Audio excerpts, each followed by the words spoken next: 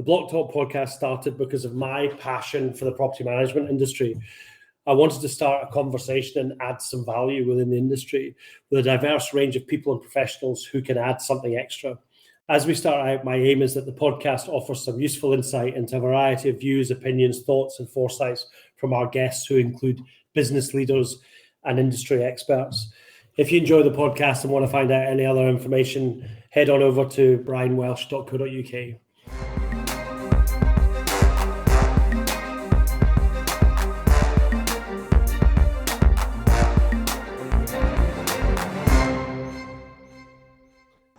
Hello and welcome to another episode of the Blocktalk podcast with me, Brian Welsh, and Jax Bruce.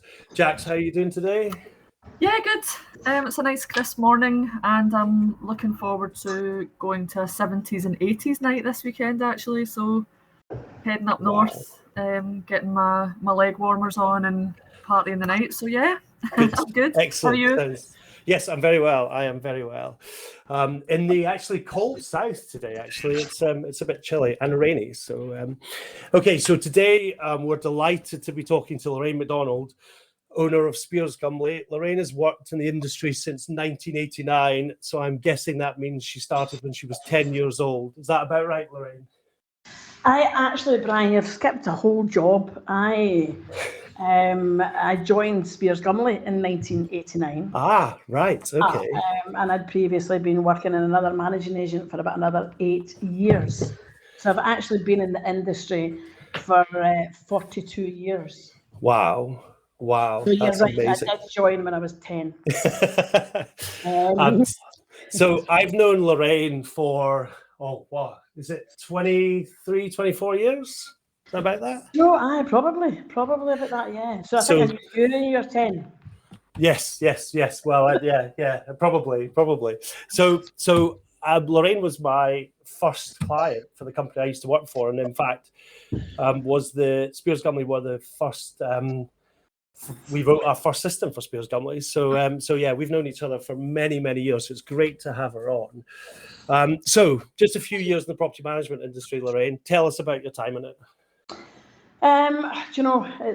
It's been challenging to say the least, because it is a very challenging industry. I'm actually just, Brian, honestly remembering going back to when I did first actually meet you and the system that you put in, and what was it, written in COBOL or something? It was written in COBOL. Written in COBOL. You are correct.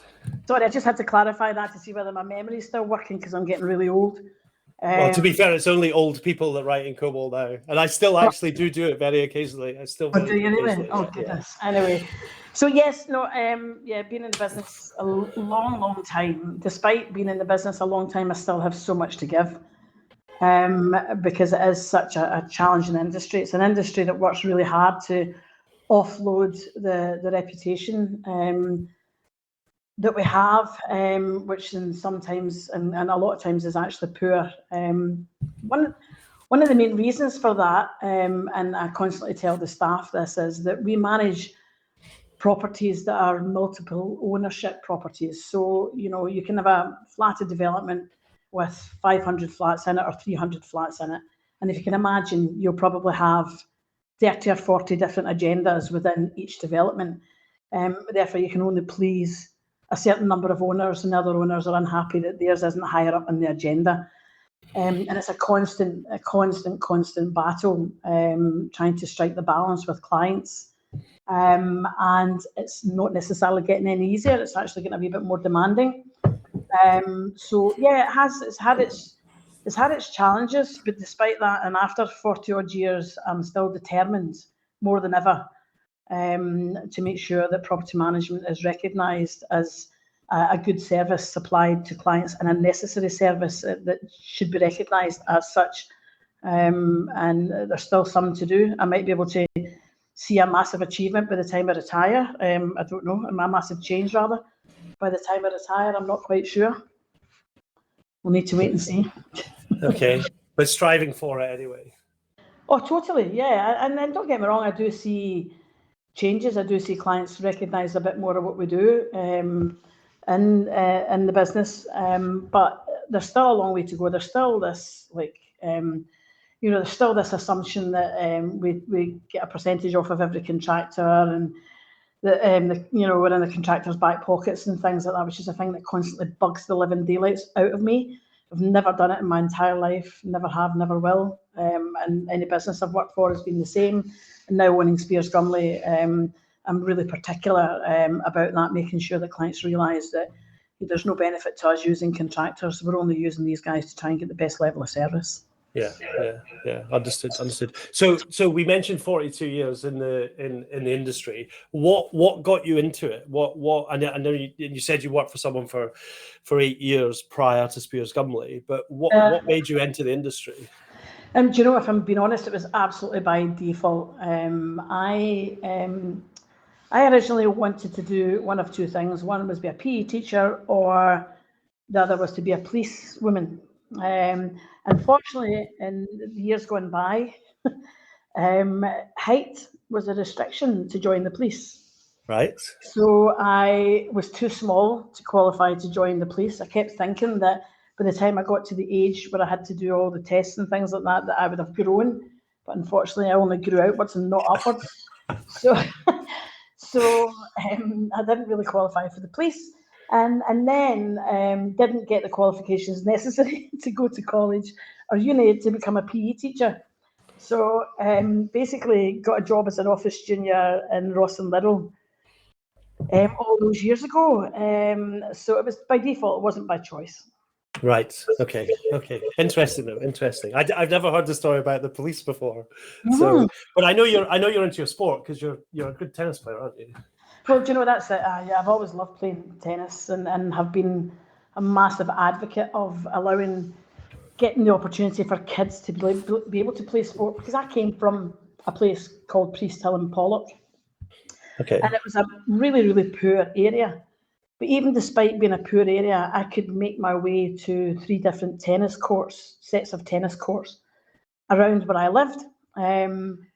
Which was brilliant. We used to play in pitch dark, climb the fences and all that kind of stuff to be able to just keep playing on.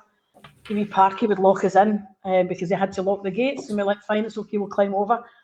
So to be able to do that was just amazing. But now, or more recently, they shut up the tennis courts to make BMX tracks and various things like that, and there's just not enough tennis courts around. So I've been a big advocate of trying to get tennis courts reopened, and we were successful through the Judy Murray Foundation to get tennis courts in the East End of Glasgow, and also now we're quite influential in getting tennis courts in Maryhill. Right. Okay. Brilliant. Which is great. So the point of that is that, I mean, a lot of the time I played in the street, but even coming from a really poor area, I still had access to tennis courts, and you know, we all loved it. Yeah. Everybody I knew around about me just loved playing tennis, and you wouldn't think that from an area like Priest Hill. And we used to get our tennis rackets. I'll tell you what we get our tennis rackets. My best pal's dad worked in the cleansing department, and he used to get the tennis rackets from the rich people that threw them out. So, wow. I just remembered that now, but that's how we used to get the tennis rackets. We should have a game one day. I think we've been saying that for a few years. I enjoy it, but I'm not actually that good at it. So no, Brian, you and I end up talking at the bloody net half the time. So yeah, we don't catch up that often, and when we do catch up, we go to meet about something, and then it's only about the last 5 minutes. We're like, right, okay, do you know what? Actually, let's have a chat about what we came together for. So, yeah, I know.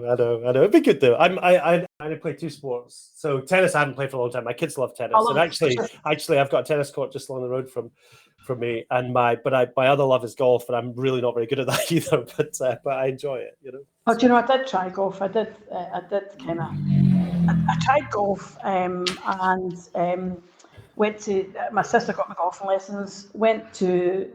Before getting one of the lessons, my neighbour says, "Lorraine, I'll take you up to the driving range in between like the kind of in the golf course, the section in the middle, which is the driving range." So I went up and I hit a few balls. The first ball I hit went past this tree, and my neighbour looked at me, and I'll never forget this. She looked at me as if she's at it, and I says, "What is it?" She went, "You've just hit that ball past that tree that her husband has been trying to hit the ball past in years." and couldn't do it. And I was like, oh, that was just luck. That was just luck. I'll have another go. So I had another go and hit it again. And she's like, oh my God, you should be taking up golf. And I was like, no, I don't think I can imagine doing that. So anyway, we then decided to go and hit a couple of not rounds, a couple of holes in the golf course. Swear to God, I couldn't do it. See that? It wasn't active enough for me. I was like, oh my God, I've got to walk to find this ball and I've got to do this, that, and the next thing. I thought, not for me, Brian. So I'm not a kind of golfer. But whereas I'd play tennis about 3-4 times a week if I could get away with it and if I could get the time. Yeah, no, fabulous. We've discussed this before, and during COVID, you didn't put any of your staff on furlough. You didn't use the furlough scheme at all. Can you tell us? And you know, a lot of companies did. So do you want to tell us a bit more about that? Well, you know, whether you believe it or believe it not, I thought we're just going to be getting into really, really tough times, and the last thing that people need is for there not to be a service in terms of the management of their property. So the last thing we needed is gardeners not going out to do the gardens and cleaners not going out to do the cleaning. So we were busier than ever negotiating with people to continue to do their contracts, following the guidelines, making sure that that contractors understood the fact that, yeah, they were allowed to go out, and as long as they were out in fresh air, they were considered to be essential workers. And essential for people's mental health, actually. You know, the last thing we needed was grass growing up to people's knees and the cleaning not getting carried out at a time when cleanliness was vitally important. And also from the staff's position as well, where I wanted to make sure they were kept active every day and working every day and dealing with clients every day. So for me, I just did not want a break in the service. And I was absolutely convinced that as long as we kept things going and we kept the service going as much as we physically could, that we would come out of this in a better place. And I genuinely believe we have come out in a better place where, clients have recognised it, that we've been there. In fact, only last week, one of the members of staff was at an AGM, and it was mentioned that there was no break in the service. They were absolutely astonished. How did we manage to do it? Actually genuinely inquiring as to how we managed to operate the switchboard as normal, only for the girl to say, well, it was actually in the middle of the owner's hall. The switchboard was there and operating from there, and we actually managed to keep the business going. And the fact that we were already well ahead of the game, and that on the day the lockdown came, we had everyone working at home. Everyone was working at home. There was no waiting for laptops. There was no waiting for connections.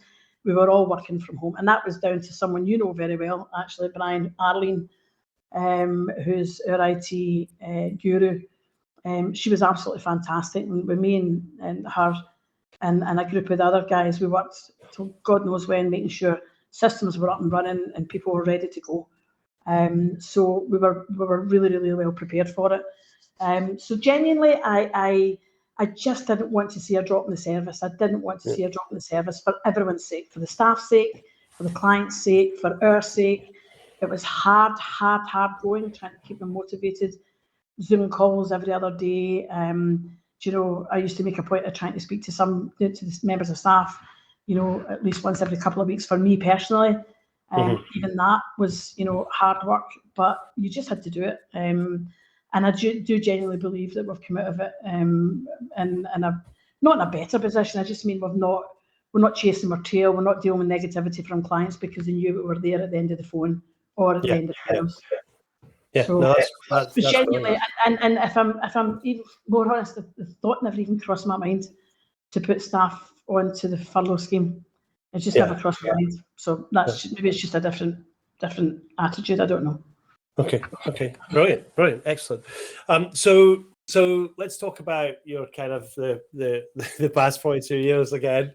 Most challenging aspect of your time in property management, and also what's the biggest change you've seen as well? Yeah, I think the most challenging thing is actually just trying to change the attitude of clients, and it's still a challenge. I said that at the beginning. Yeah, the chat, Brian.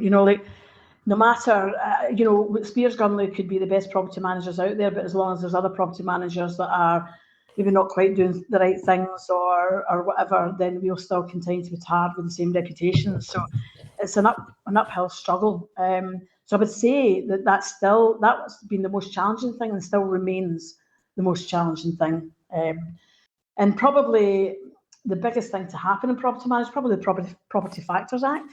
Yep. That was a fairly major change.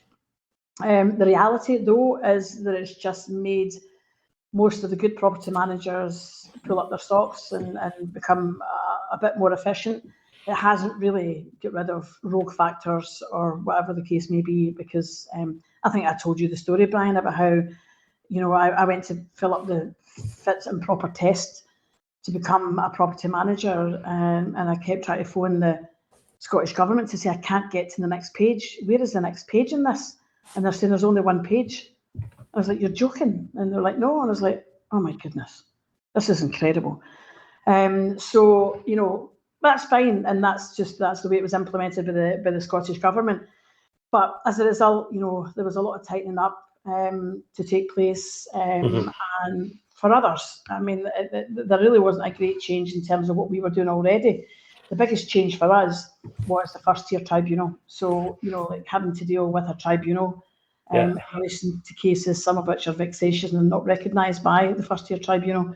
Yeah. So that's been the biggest change, whereby you wouldn't believe some of the stuff that we have to do for that. Some unnecessarily so, and some, of course, are justified. But you tend to find that you won't let it go to a tribunal if it's justified. You need to defend your position sometimes. So that, I would say, has probably been the biggest change in property management.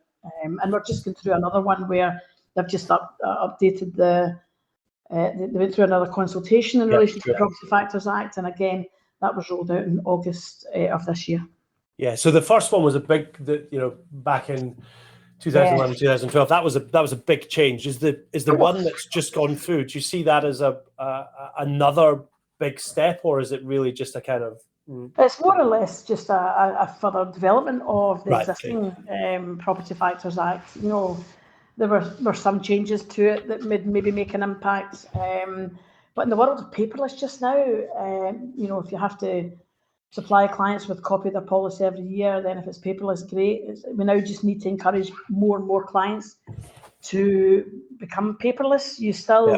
This is an industry where, and people tend to forget this, Brian, always remember, the PMAS conferences and whatnot. And there was one years and years ago, I don't know if you were involved in it at the time, where Leslie Riddoch was the moderator. And we had a chat, and they were talking about, how you can keep your clients updated and with portals and things like that. Now, Brian, this must be, 7 or 8 years ago.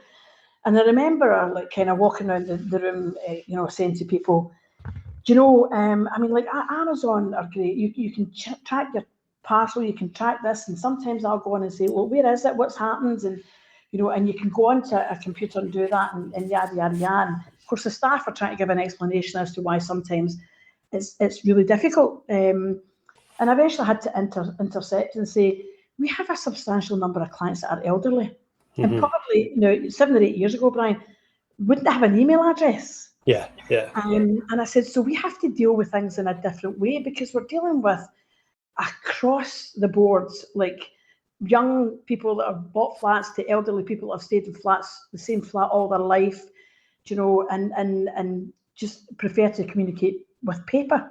And so it was incredible, actually, that it was almost like poo-pooed the fact that people would want to write a letter in, or that people wouldn't have like a means of doing things on their computers and things like that. So you have to have that balance, and you actually have to understand that there are people who just don't want to do things on computers.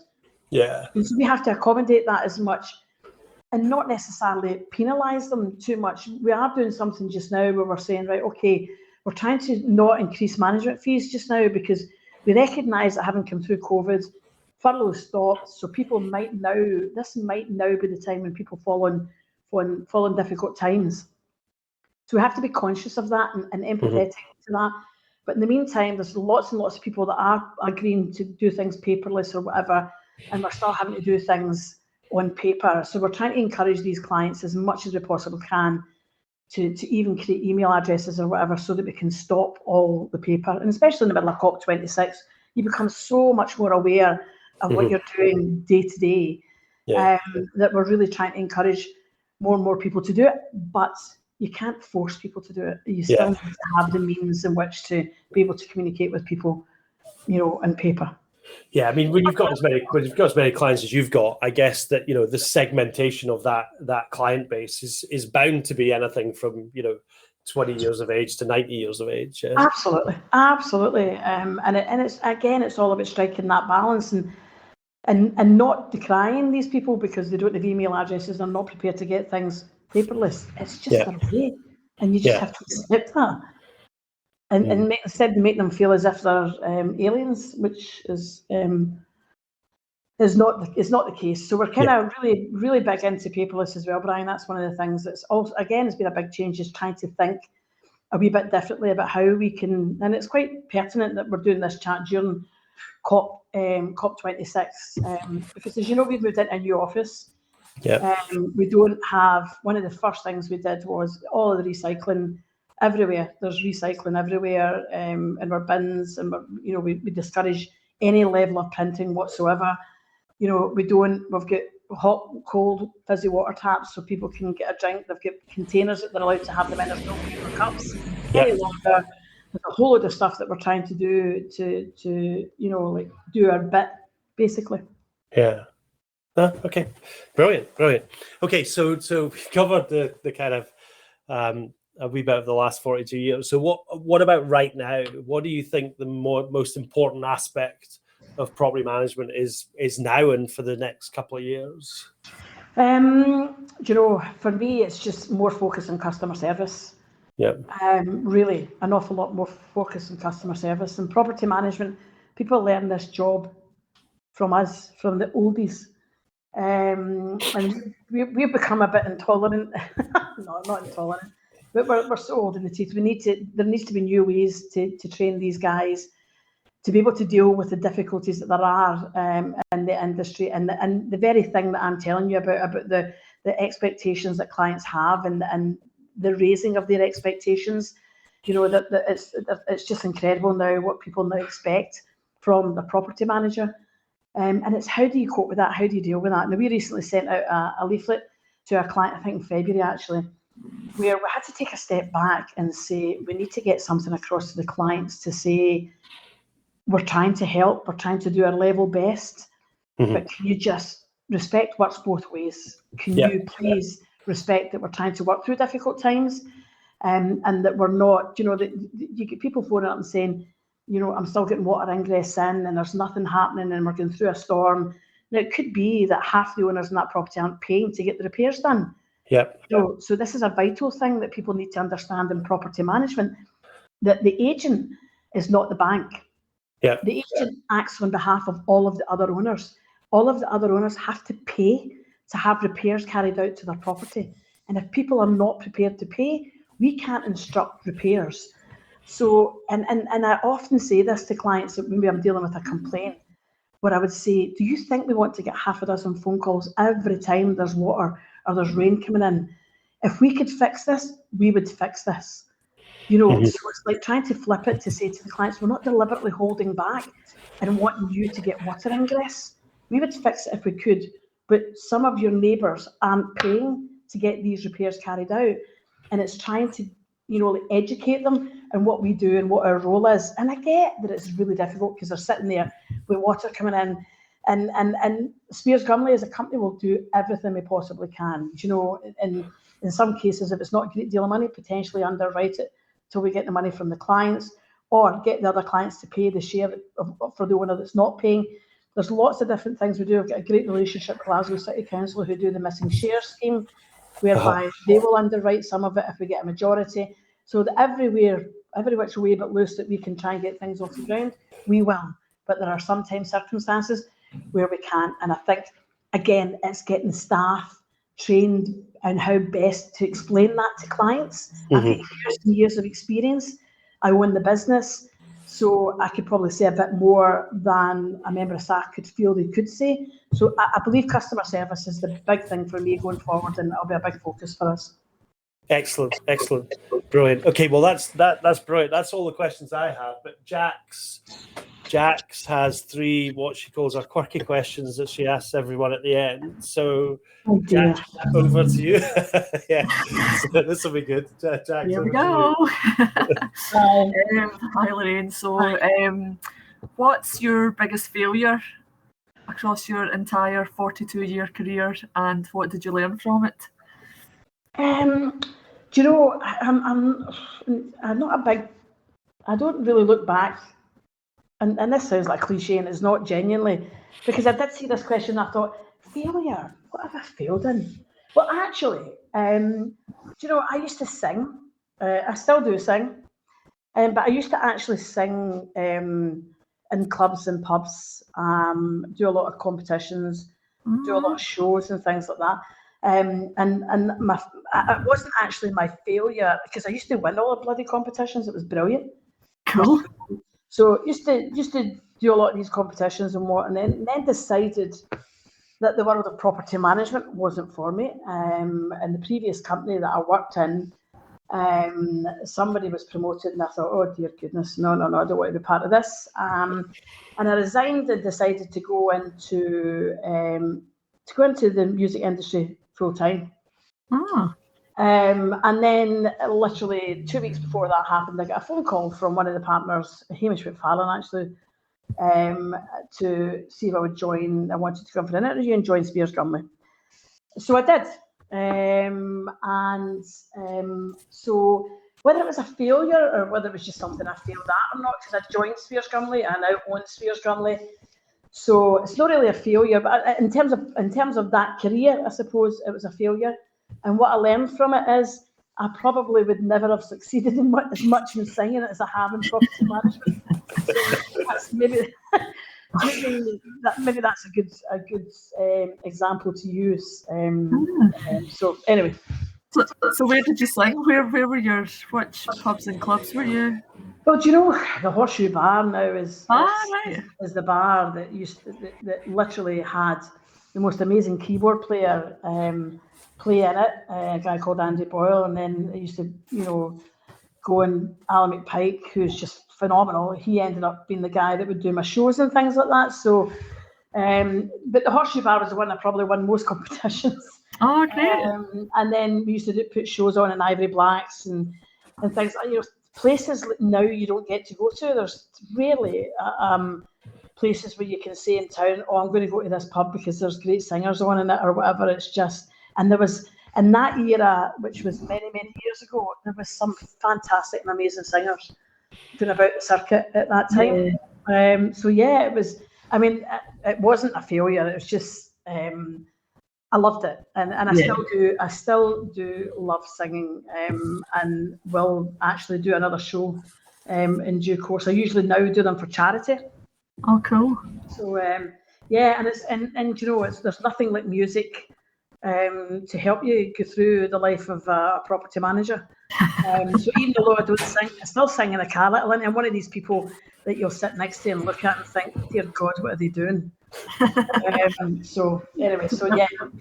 Have you got a favourite song? Have you got something I go to? No, do you know, I don't say, because I love all sorts of different types of music and whatnot. I really don't, but just now my big thing is Hans Zimmer. I just can't see. I go to Kenmore on a regular basis, and for a couple of days break, and I get to this mountain at a place called Amaury, and I switch my music to Hans Zimmer, especially Pirates of the Caribbean and things like that. If you don't know it, you should listen to it. It's absolutely phenomenal. It's so good. Oh, nice. Good, cool, thank you. So the next quirky question is, if you ruled the world for a day, what would you do? Oh, dear God. What would I do? If I ruled the world, do you know, if this was a competition, I would be like, I would end the poverty and, make sure we preserve the world for the youngsters coming up. I think that would be the stop PC answer. Frankly, crikey, who would know what you'd do if you could rule the world for a day? You'd like to get rid of all the corruption. You would like to get rid of poorly run. In fact, in Britain, if I was to rule Britain, I'd sack all of the bloody MPs at the moment. So it's a difficult question for me to answer. I just don't know. There's just so many things you could do if you ruled the world. But you'd have to do something to make a massive. There's lots and lots of things that you could immediately do that would make an impact. But actually, all I would do is just start at Scotland first, and then I'd go to the UK and rule the UK, and then I would rule the world. So I'd start at Scotland first, and I'll not tell you what I do there. But anyway, we'll leave that. Oh, we'll do that one offline.